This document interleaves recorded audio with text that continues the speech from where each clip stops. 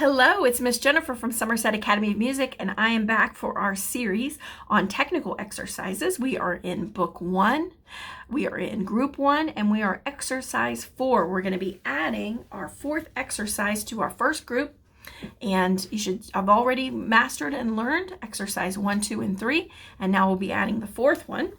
We're going to be, again, both hands in C position, and today we're going to be doing two chords. We're going to be playing the C major chord and the G7 chord. We're going to be alternating back and forth from those two chords. I'm going to show you how to play it with the right hand first, and then we'll put hands together. We're going to start with half notes, and then we'll also be adding in some quarter notes. It goes like this. 1, 2, 3, 4. 1, 2, 3, 4. 1, 2, 3, 4.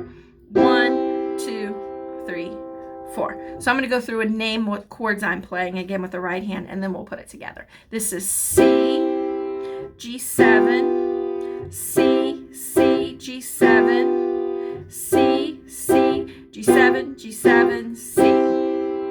All right, let's try putting that hands together. This is what it looks like. 1, 2, 3, 4.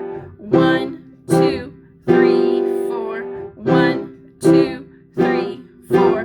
1, 2, 3, 4. This is a fantastic exercise for you to get better at switching back and forth from the C and G7 chord. They are often played together in music, so being able to switch back and forth from them is very helpful.